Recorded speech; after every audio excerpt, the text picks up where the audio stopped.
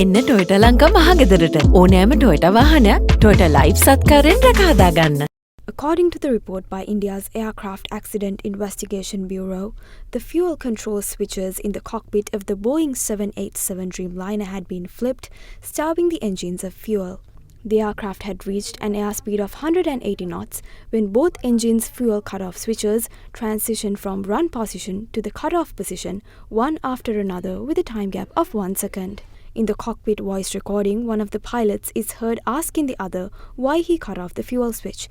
The other pilot responded that he did not do so. Shortly after, the switches were reversed back to where they should have been, and the engines were in the process of powering back up when the crash took place. On the 787, the fuel cutoff switches are between the two pilots' seats, immediately behind the plane's throttle levers.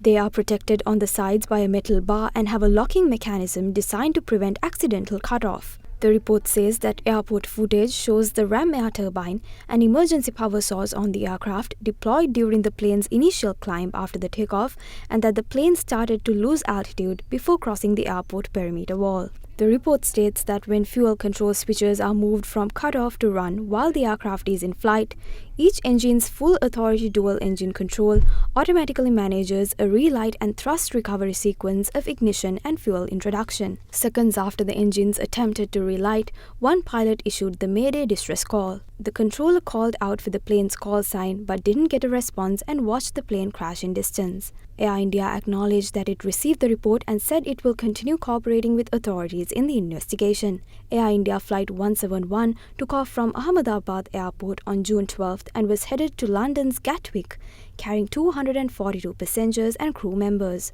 In addition to those on board, a number of people on the ground were killed when the plane crashed into the BJ Medical College and Hospital hostel, resulting in 260 total fatalities.